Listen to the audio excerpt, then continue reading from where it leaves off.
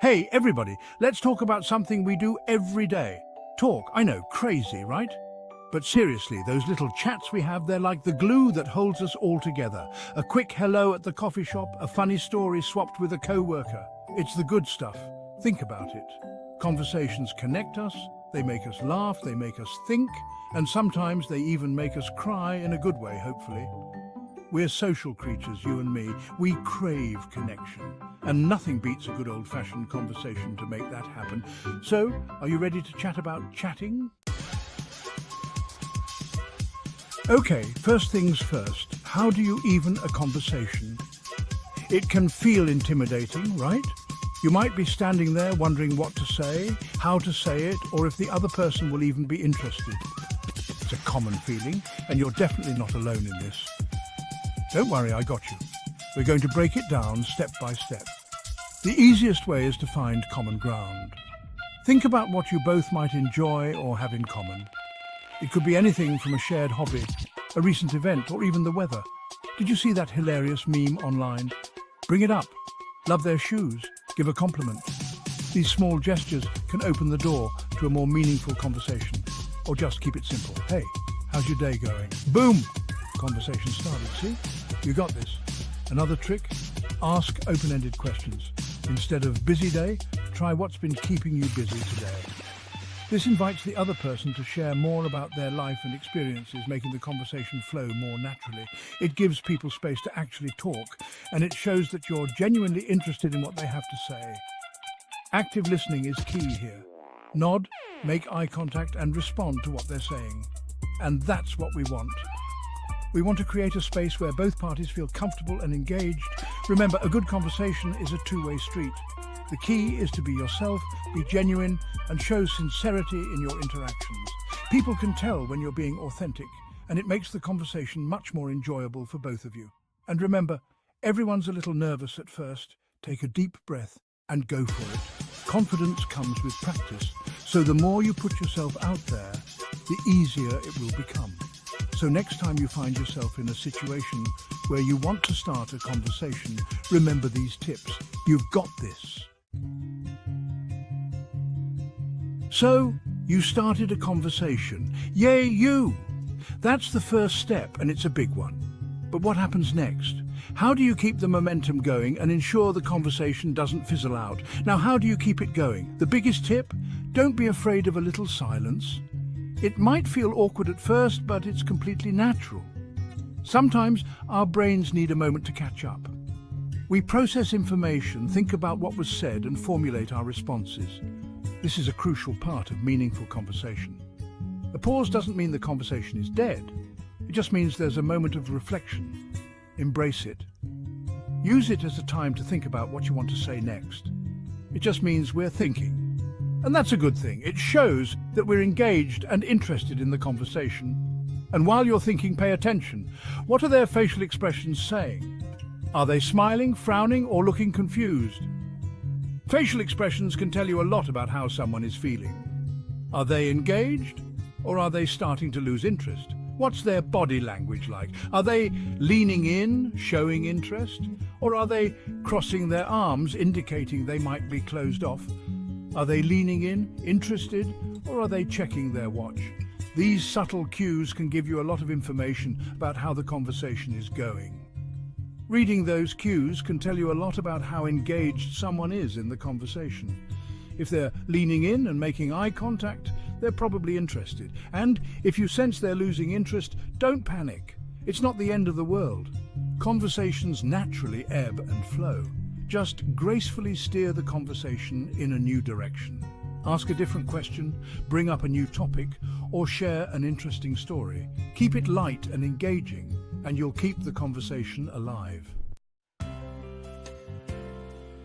Okay, so we've talked about starting and keeping a conversation going. Now let's talk about making those conversations.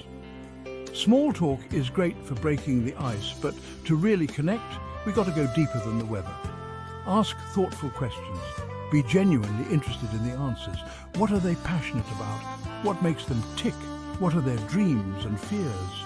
These are the things that make us human, the things that spark real connection. Remember, everyone has a story to tell. Be open, be curious, and you might be surprised at the incredible connections you make.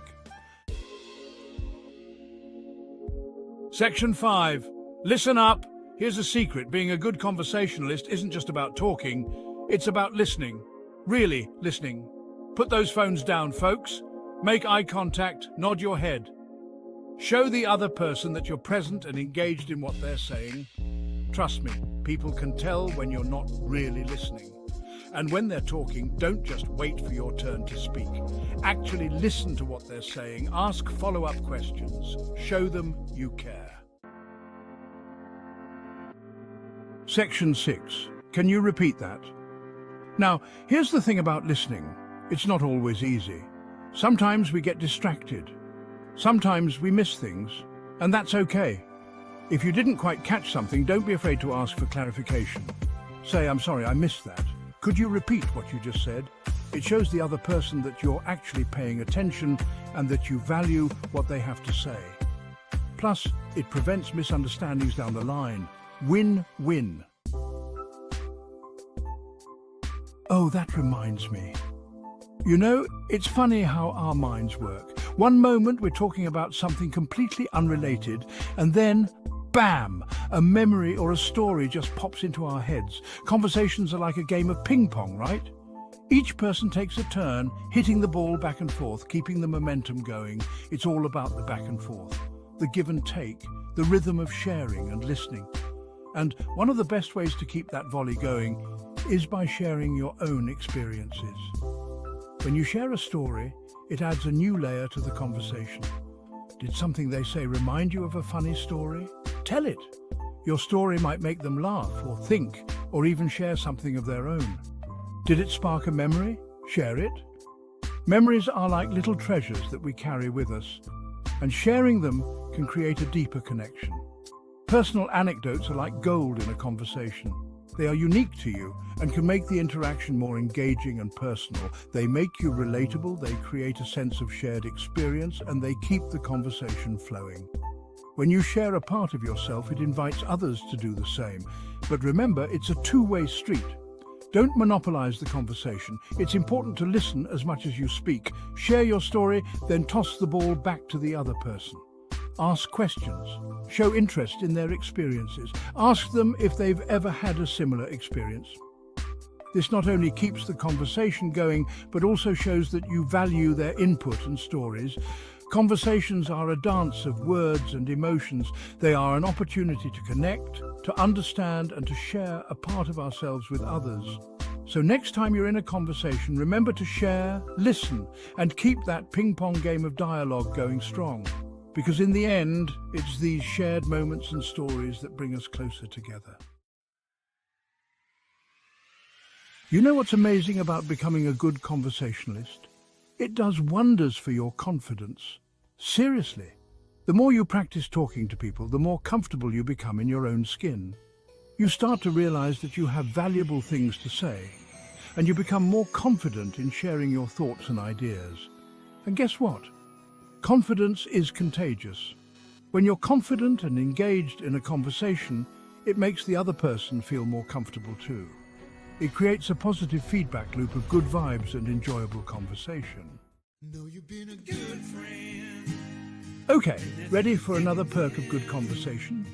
It's actually good for your health. No, really.